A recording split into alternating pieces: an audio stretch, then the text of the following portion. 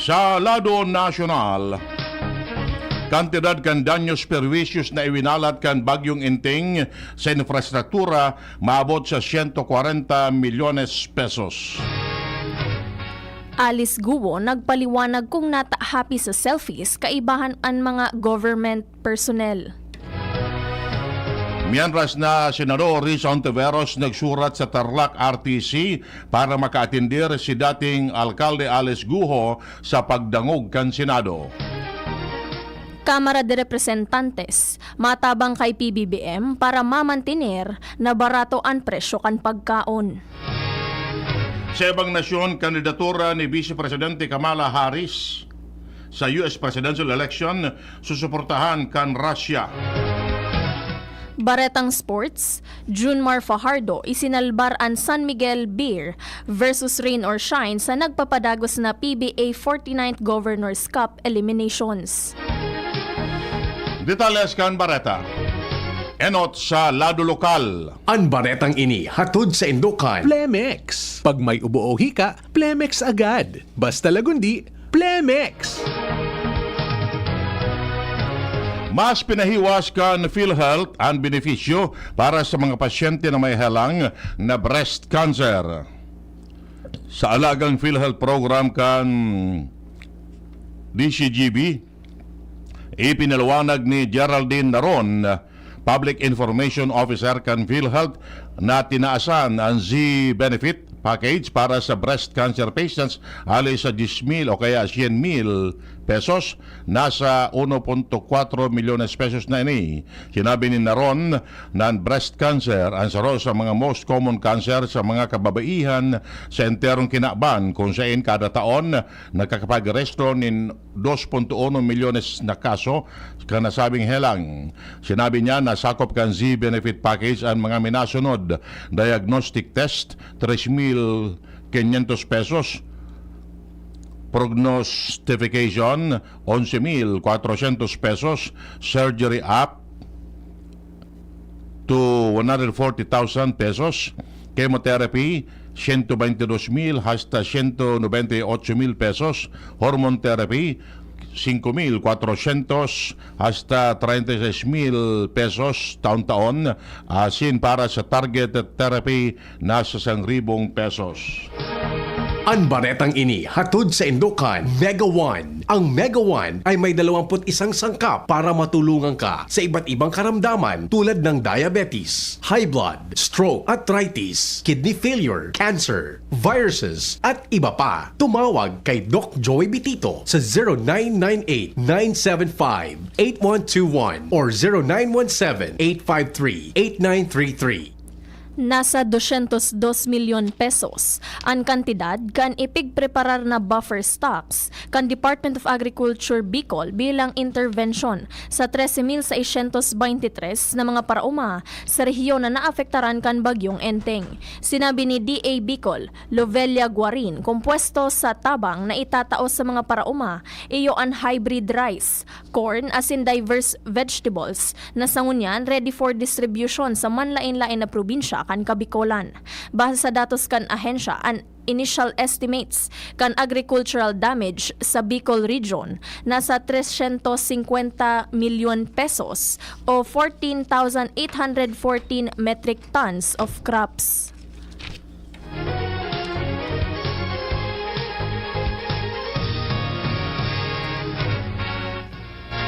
Ipigsisilibrar ngunya na bulan ang Blood Cancer Awareness Month. Sa informasyon na ipinaluwas kan Department of Health Bicol sa pakikipagtabangan kan DOH Bicol Center for Bicol Cancer Control Program sa Bicol Regional Hospital and Medical Center, Bicol Cancer Center.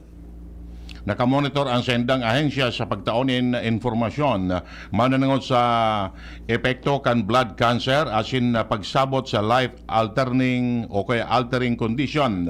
Biging ganyarman kan DOH ang mga healthcare workers asin interesadong Bicolano na magpartisipar sa online symposium on blood cancer sa Septyembre 12.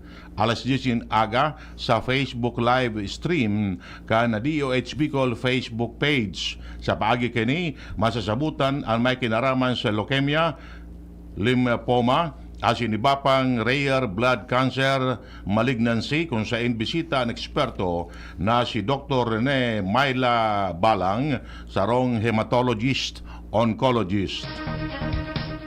Formal nang binuksan ang selebrasyon kan Year of Stewardship o taonin pamamahala sa Diocese kan Legazpi.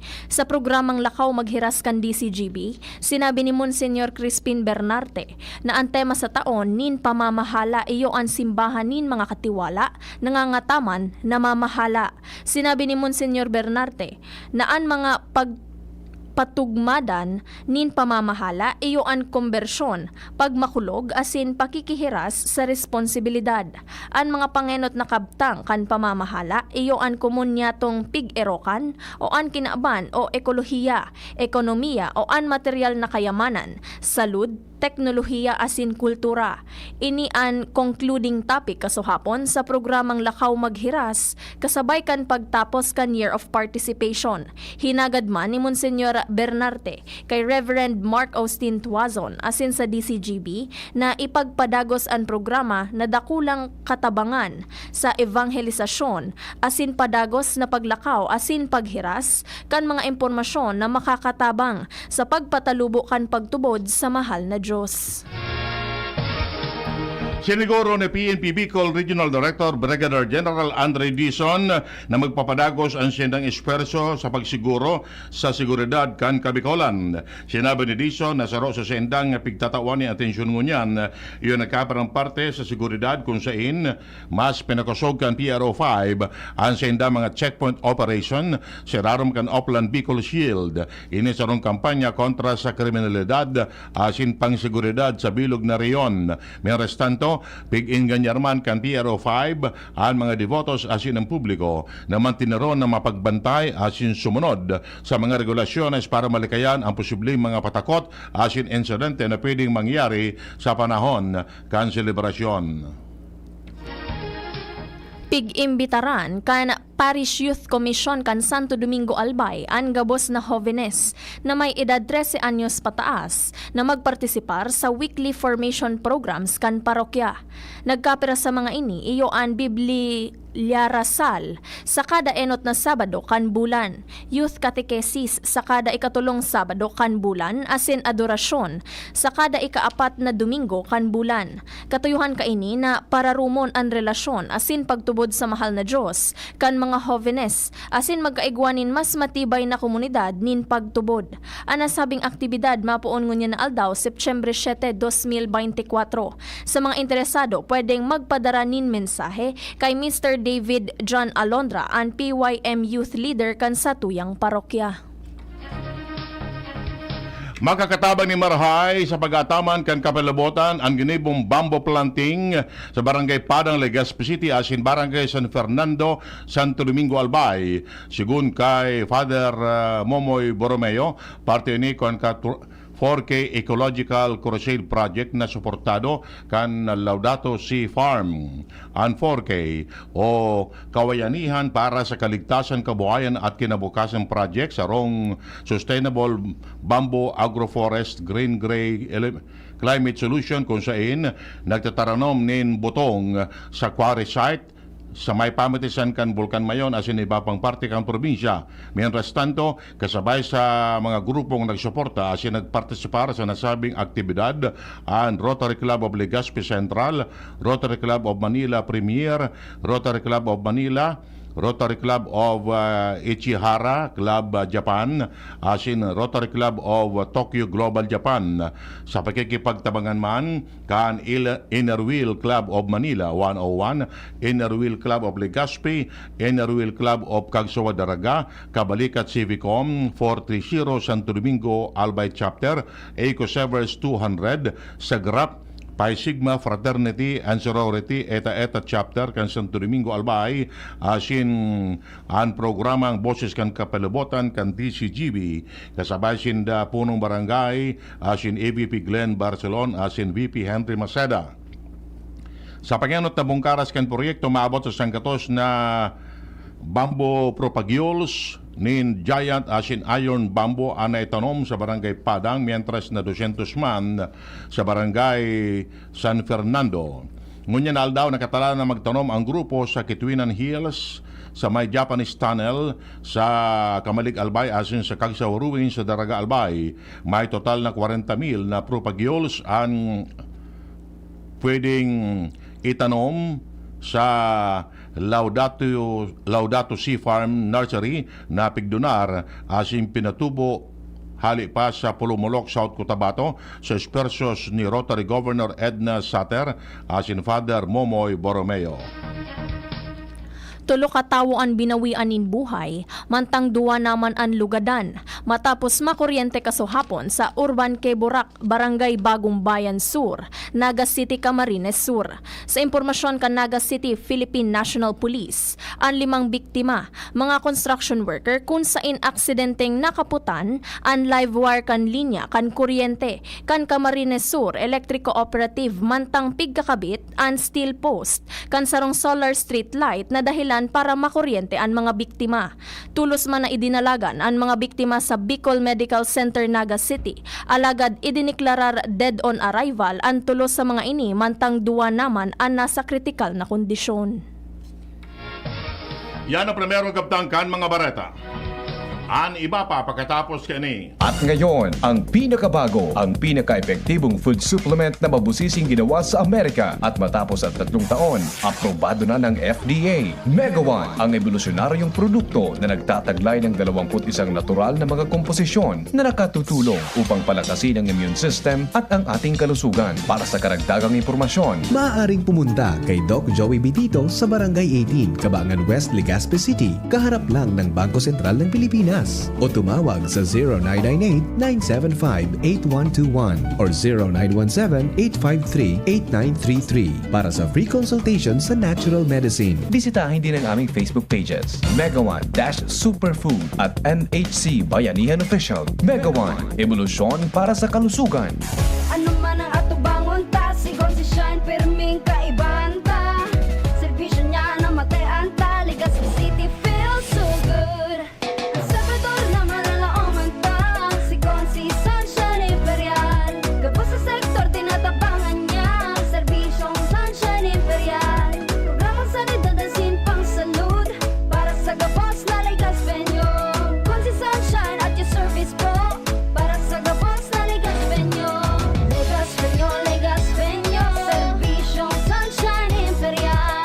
Legazpenyo, Legazpenyo, serbisyong Sunshine Imperial. Ubo, premang nakabara, hirap sa paghinga. Dapat may dalang ginhawa. Kaya lagi kong bitbit, Plemex Forte Capsule. Ang Plemex Forte Capsule ay gawa sa halamang lagundi. Ginhawa sa ubo at hika. Magaan dalhin, madaling inumin. Plemex Forte Capsule.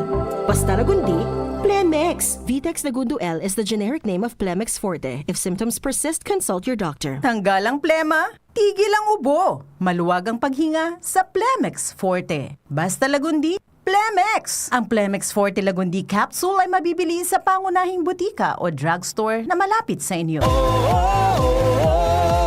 Angat ang lahat, aprobado na yan. Sa pag-uswag kita, mag-iribahan, makatao, makadiyos, matinabang. Yan si Giselle Salceda, mga tugang. Sa itong malalauman sa pagserbisyo, programang salud asin pang turismo, programa kantesda asin mga ayuda, infrastruktura tabang sa paraoma. Estudyante para siya ay mahuhudyan, mga senior citizens siya masasarigan. Makusog na boses kang kabataan, si Giselle Salceda pero nagtatabang. Siya ang leader na kaipuhan ka, handang magsilbi malalauman pa. Giselle Salceda, kaibahan ta, angat ang lahat ng kahiman. Angat ang lahat ng bayan, serbisyong Giselle Salceda ang kailangan. DCGB Barreta alas 7. Barreta alas 7.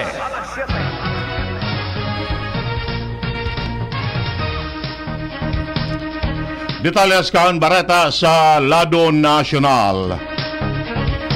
Uminabot na sa 139 milyones pesos ang kantidad kan danyos na iwinalat kan minaging bagyong Enteng sa lado nin infrastruktura.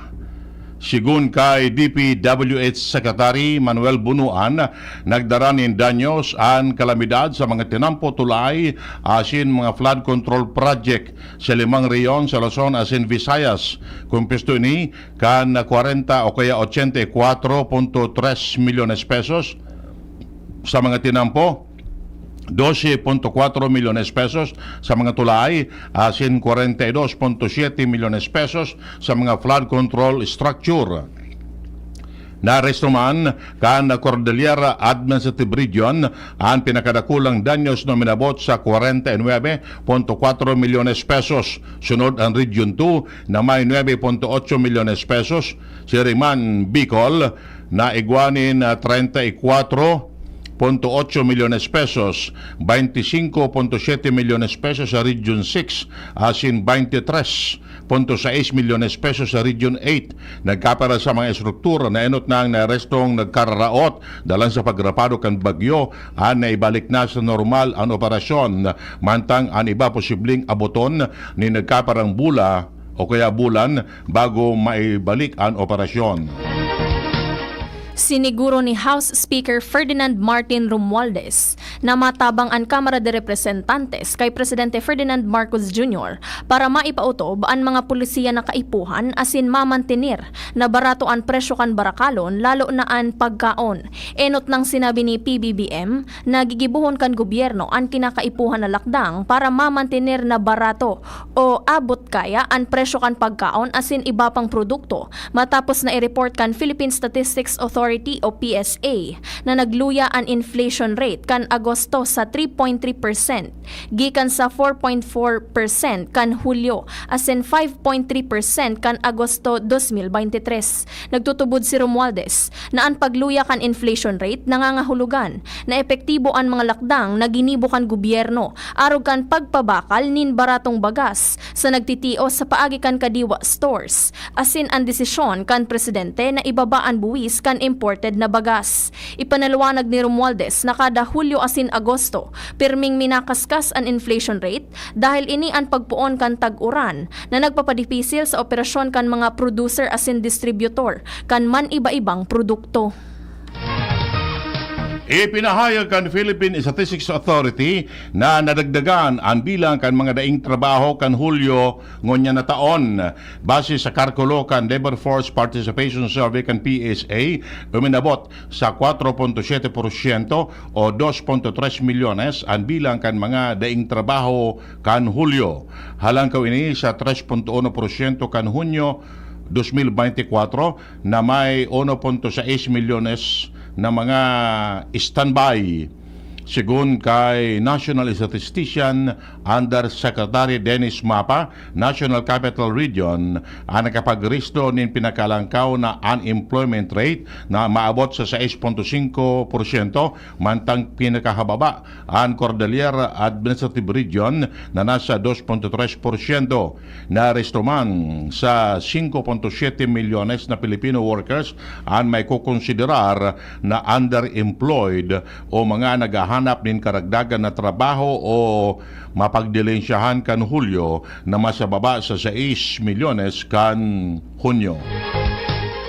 Kumpiyansa ang Department of Agriculture o DA na sa indang maaabot ang single-digit rice inflation sa nasyon.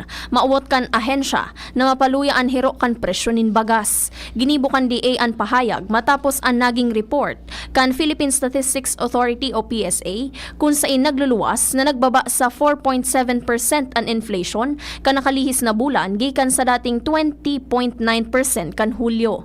Sigun sa pag-aadal, ini ang pinakahababang rice inflation na nairehistro poon pa kan nakalihis na taon. Sa sarong pahayag, sinabi man ni DA spokesperson Assistant Secretary Arnel de Mesa na positibo ang siring na development. Sinabi niyang maabot sa 25% ang totalmenteng ambag kan bagas sa inflation sa Pilipinas. Kinonfirmar ni Senador Rizon Taveros na nagsurat siya sa Regional Trial Court kan Tarlac asin sa Custodial Center of the Philippines o kan Philippine National Police para tugutan na magampang si dating Bamban Tarlac Mayor Alice Guho sa pagdangog kan Senado sa Lunes. naka-address ini kay Judge Sara Bacolod Vidania de los Santos, presiding judge kan Kapas Tarlac RTC. Sinabi ng Tiveros na dapat na i-turn over na si Guo sa Senado pagkatapos maproseso ka National Bureau of Investigation dahil ini ang pinag-urunan asin tamang proseso dahil sa Senado hali ang original na mandamento di aresto kontra kay Guo. Sigun pa kay Ontiveros, ang sa Sandigan Bayan ang dapat na may kapot sa graft and corrupt practices o kaya charges kontra sa mga opisyalis kan gobyerno araw kay Guo. Nagkapa irregular ang mga nangyari kaya aramon kay ni kung siya ay nasa likod asin pundaran kan circus.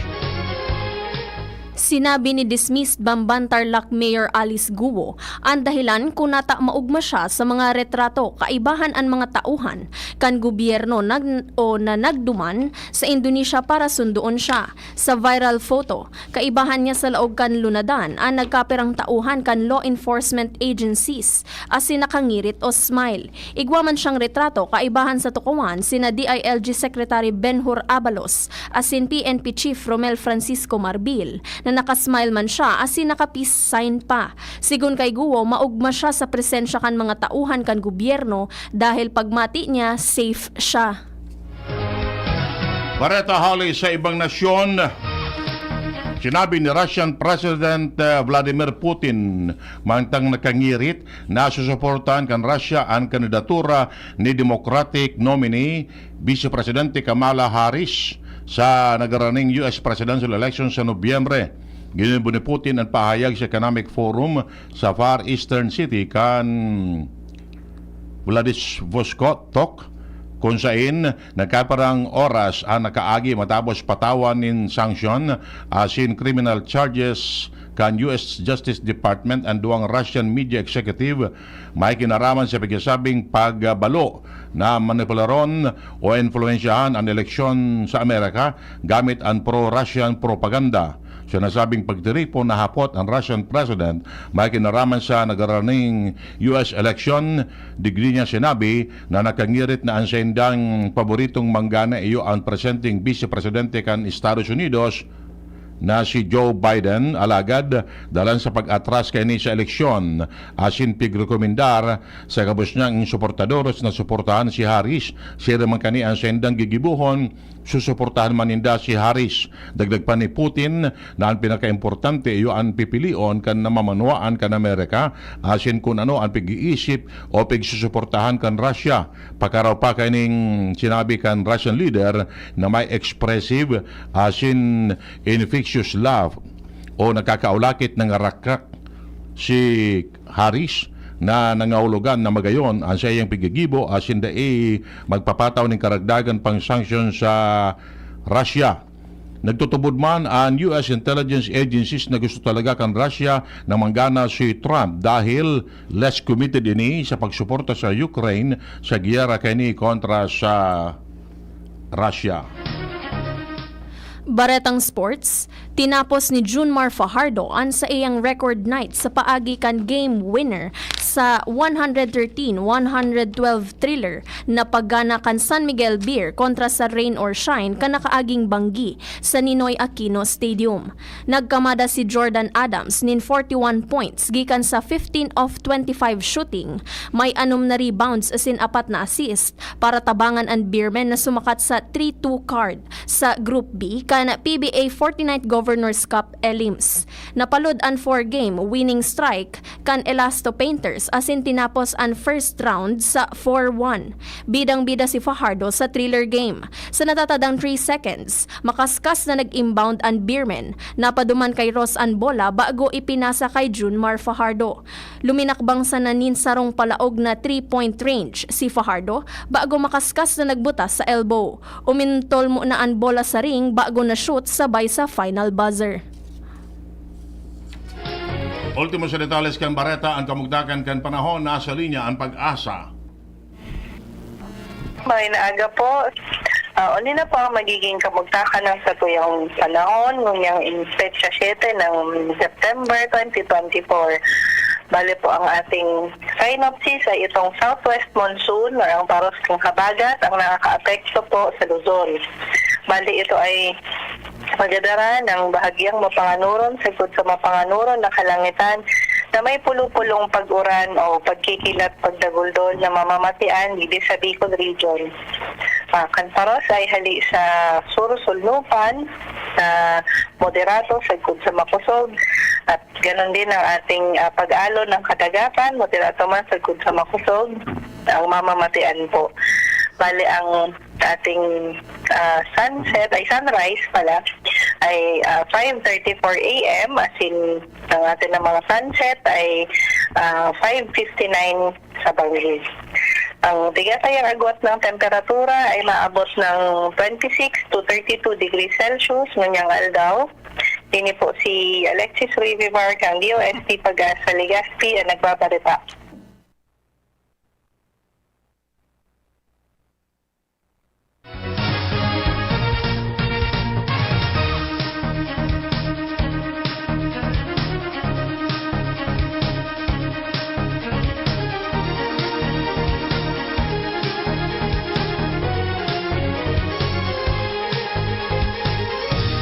Yan mga tugang ang detalyas kan mga bareta ngunya na Sabado.